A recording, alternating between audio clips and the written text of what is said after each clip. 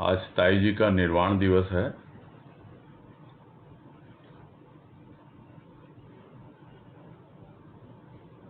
निर्वाण दिवस अब आएंगे, कल भी है, इसके बाद भी आएंगे।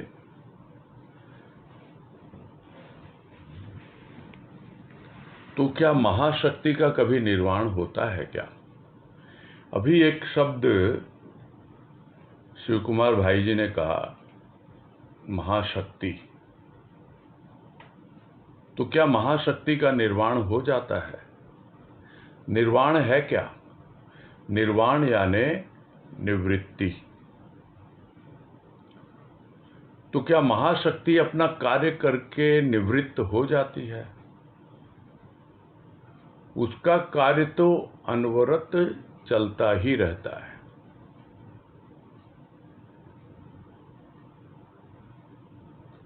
और जब कभी भी ताई जी की बात आती है और संस्मरण की बात आती है और कुछ और हमारा बहुत बड़ा सौभाग्य है कि हमने बचपन से ही, अब ये तो नहीं कहूँगा कि गोद में खेले हैं या पले बढ़े हैं, लेकिन सूक्ष्म में हमेशा उनका प्यार दुलार मिलता रहा। सब अपने अपने संस्मरण लोगों के साथ शेयर कर रहे हैं। मैं तो इतना ही कहूँगा, मेरा एक ऐसा संस्मरण है जो बहुत ही सिंपल भाषा में, जो सब लोगों के जीवन में आता है, मुझे याद आ गया। उसके बाद आएंगे हम सूक्ष्म में आएंगे। पहले संस्मरण की बातें हो रही हैं तो अपना एक संस्मरण जो स्थूल से संबंधित है।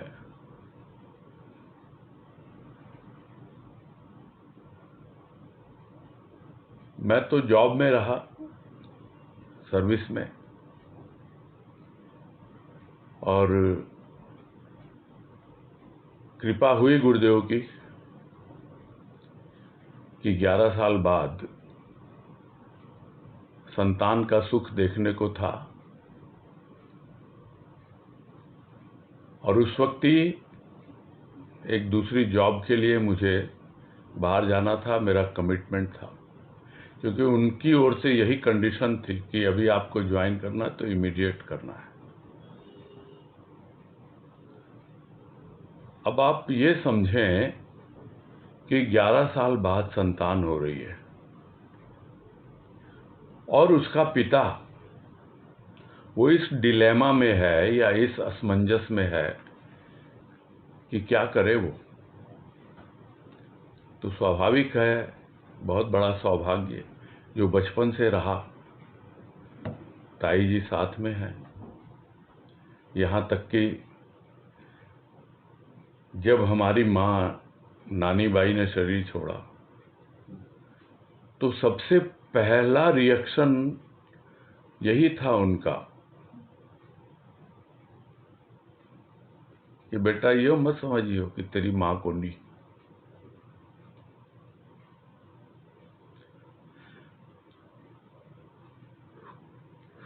याद करके दिल भर आता है। और उस वक्त जब 11 साल बाद, तो वही बात, मैं हूं ना, तू जा, आराम से जा। और ये भी कृपा है गुरुदेव की। बड़े आराम से गए हैं और कोई चिंता नहीं, फिक्र नहीं, कुछ भी नहीं।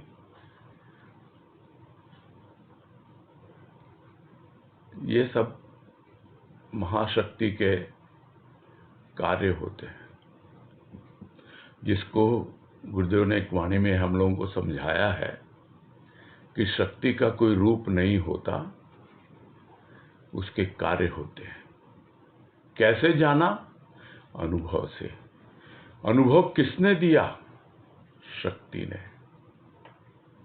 मनुष्य प्रधानता देता है अपने को कि मैंने अनुभव किया। ये पूरी वाणी है, चेतना में अंतिम पेज पर है। और महाशक्ति की जब बात आई और अपना अनुभव और अपने अनुभव से जाना, और उसमें उनका एक रूप आया सामने, और उस रूप को लेकर के पिछले, क्या बताऊं, अब रिसेंट टाइम्स में, हाल में 2-3 बार चर्चा हो चुकी है। एक तो जो 1 बजे का सत्संग होता है उसमें, उसके अलावा भी और चर्चा होती है, कॉन्फ्रेंस कॉल होते हैं, उसमें ये सब बातें आई। पता नहीं क्यों आई, मैं नहीं समझ पा रहा हूं, क्योंकि टॉपिक ही ऐसा आ गया। अब क्या बोलूं मैं।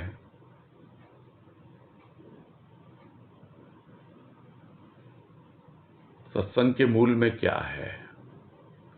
सत्संग किए जाओ, सत्संग किए जाओ, ये बात तो हम कर भी रहे हैं, सुन भी रहे हैं, और बात कर भी नहीं रहे, सिर्फ सुन भी नहीं रहे, सत्संग कर भी रहे हैं, यानी उसमें लगे हुए हैं। किंतु सत्संग के मूल में क्या है? वो है सत्य। और उस सत्य को उजागर कौन करता है? संत। कैसे करता है? अपनी वाणी के द्वारा करता है। तो वाणी तो कितनी है भाव निझरनी में लिखी हुई। तो जब तक हमारे भीतर में वो भाव नहीं आता, तब तक वाणी वाणी ही रह जाती है, उसका स्थूल रूप ही रह जाता है, शब्दों का रूप रह जाता है। जिस दिन भाव आता है, तब संत की वाणी कार्य करना शुरू कर देती है, किंतु वो कार्य हमें करना होगा। और उस वाणी ने कार्य किया जब भाव की अनुभूति हुई ताई जी को, और उस भाव के वशीभूत होकर उन्होंने कार्यान्वित किया। और जो चर्चा हो रही थी कुछ ही दिन पहले, उसमें यही भाव आया। ये 3 बातें हैं प्रमुख: सत्य, संत और सती। संत कार्य करता है अपनी वाणी के द्वारा, और सती कार्य करती है अपने कार्यों के द्वारा, अपने कर्मों के द्वारा। और वो दिखला दिया ताई जी ने, पूरा स्पष्ट रूप से दिखला दिया, समझा दिया एकदम कि देखो तुम्हारे भीतर भाव है, सद्गुरु की कृपा से जागृति हुई है भाव की। अब जिस रूप में भी तुम इसको आगे बढ़ाओगे, तो प्रकृति तुम्हारी हमेशा सहायक होगी, और नहीं तो आप कुछ कर बैठते हो, फिर उसके सामने जाते हो, हाथ जोड़ते हो, प्रणाम करते हो, मुझसे क्या भूल हो गई, क्या हुआ, मैंने क्या किया, ये इस तरह की विपदा क्यों आ गई मेरे जीवन में, क्या परेशानी हो गई। उसके पहले ही वो आगाह कर देती है वो शक्ति कि तुम अपने कार्यों को देखो, अपने कर्मों को देखो, किस प्रकार से जीवन जी रहे।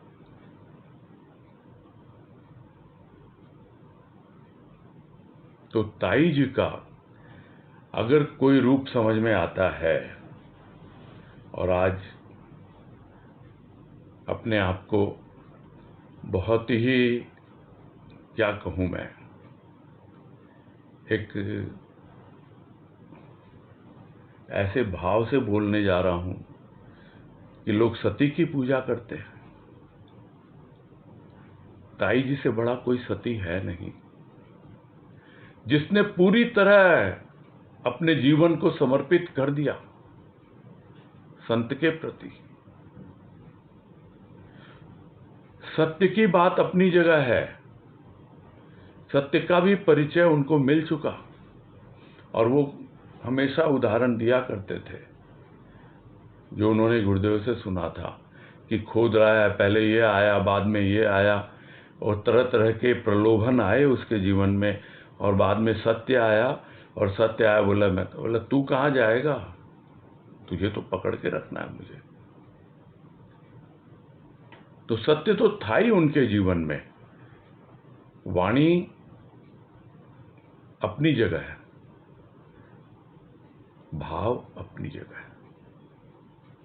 हो सकता है उनकी वाणी, उनके प्रवचन या और सब बातें उतनी हमारे पास उपलब्ध ना हो, लेकिन उनका भाव, जिन्होंने उनके साथ अपना जीवन यापन किया है, जिनके साथ उनका इंटरेक्शन हुआ है, उनको सबको पता है। लेकिन वो सब भी स्थूल में ही रमे रहे। समस्या तो यही होती है, शक्ति का रूप सब स्थूल में ही देखना चाहते हैं। सूक्ष्म में क्या उसका रूप होता है? सूक्ष्म में रूप यह होता है कि सती अपने पति के प्रति पूरी तरह समर्पित होती है। यह समर्पण का भाव होता है सती के लिए। और ताई जी पूरी तरह समर्पित थी गुरुदेव के लिए। भले ही स्थूल रूप से उनका पति नहीं है, किंतु सूक्ष्म में उन्होंने गुरुदेव को अपना पति मान रखा था, और उसको कोई व्यक्ति नहीं माना, उसको शिव रूप माना। वो शिव की सती थी, वो शक्ति, महाशक्ति। अब थी या हैं आज भी, कौन बतला सकता है, कौन कह सकता है? सबके अपने अपने अनुभव हैं। आज भी यदि हम अनुभव करें उस प्रेम की शक्ति को, उस भाव की शक्ति को, तो हमें लगेगा क्या शक्ति है। प्रेम और भाव तो जीवन जीने का तरीका है, एक साधन है। जैसे हमको रुपया पैसा मिल गया स्थूल में, जीवन जीने का साधन मिल गया, वैसे ही सूक्ष्म में हमको साधन मिल गया, प्रेम और भाव जीवन जीने का। किंतु यदि हम स्थूल में अपनी पूंजी को सही जगह निवेश करते हैं, इन्वेस्ट करते हैं, तब हमें समझ में आता है कि किस प्रकार वो पूंजी बढ़ती है। वैसे ही सूक्ष्म में जब हम उस प्रेम और भाव की पूंजी को निवेश करते हैं, तो किस तरह वो प्रेम और भाव की पूंजी बढ़ती है, वो भी हमें समझ में आने लगता है जब हम ताई जी का जीवन देखते हैं।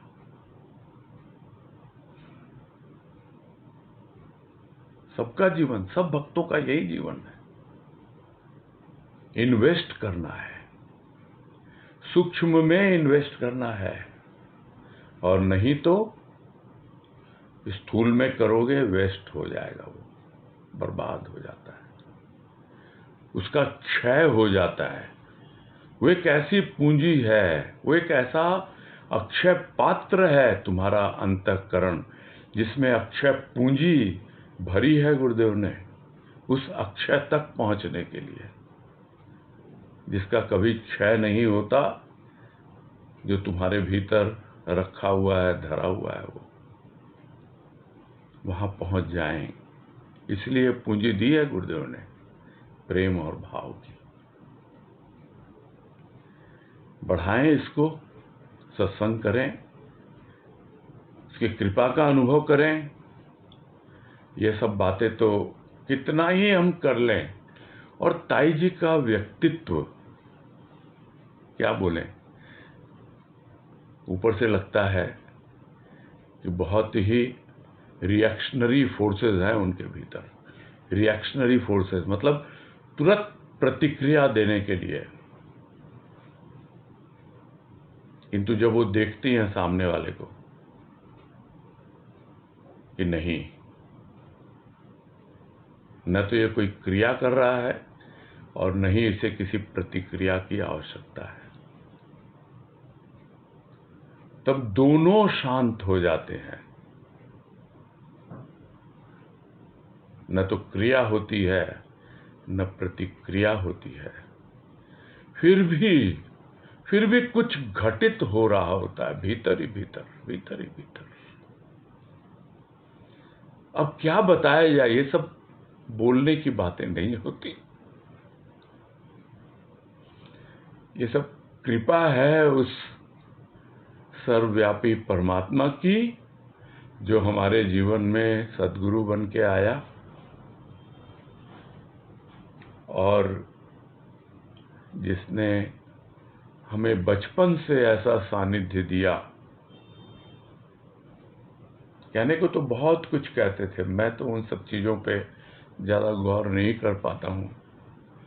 स्थूल रूप में ज़्यादा मैं समझ नहीं पाता था, लेकिन सूक्ष्म में आज भी मुझे लगता है कि अगर कोई मनोबल है, उसकी प्रेरणा लेनी है तो ताई से लें। अगर कोई आत्मबल है, उसकी प्रेरणा लेनी है तो ताई से लें। तन बल तो कम ज़्यादा होता रहता है, उम्र हो जाती है, समय गुजर जाता है, शरीर शिथिल हो जाता है, किंतु मनोबल और आत्मबल, इसकी अगर प्रेरणा लेनी है तो ताई जी से बड़ी कोई शक्ति नहीं है। इसमें मुझे तो कोई संदेह नहीं है। एक शक्ति होती है सूक्ष्म की, जो पहले बात हुई, और एक शक्ति होती है स्थूल की। तो सबका अपना अपना अनुभव है। शक्ति के दो रूप हैं, सूक्ष्म और स्थूल। वैसे ही हमारे जीवन में शक्ति के दो रूप हैं, एक है बीवी जी और एक है ताई जी। सूक्ष्म और स्थूल। फिर हम बढ़े, समझें। ये सब बातें इसलिए आते हैं, भाई हम लोगों की भी उम्र हो गई है, हमने भी बहुत जीवन देखा है, बहुत कृपा है उसकी, बहुत कुछ सीखा है, बहुत कुछ अनुभव किया है। और ये मन होता है, जैसे बड़े लोगों का मन होता है ना, कि सबके साथ हम बैठें और एक चौपाल लगा के एक पंचायत करें और सब अपना अपना एक वो ये मीटिंग यही तो है, और क्या पंचायत है। 5 होस्ट बन गए उसमें और सब अपना अपना लेके बैठे हैं। बहुत बढ़िया है, अच्छी बात है, सब अपना अपना अनुभव शेयर कर रहे हैं। इससे बढ़िया क्या हो सकता है।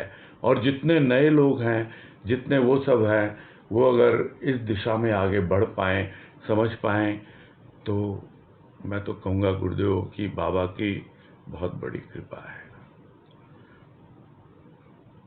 ताई जी को कोई समझे या ना समझे, बीवी जी को कोई समझे या ना समझे, सवाल ये नहीं है। सवाल ये है कि हम अपने आप को समझ रहे हैं, हम अपने भीतर उस प्रेम और भाव की शक्ति का अनुभव कर रहे हैं। बस पिए जाएं, पुष्ट होते जाएं, हृष्ट पुष्ट, और उस शक्ति को काम में सही दिशा में लेते जाएं। इसी प्रार्थना के साथ सद्गुरु बाबा के चरणों में नमन।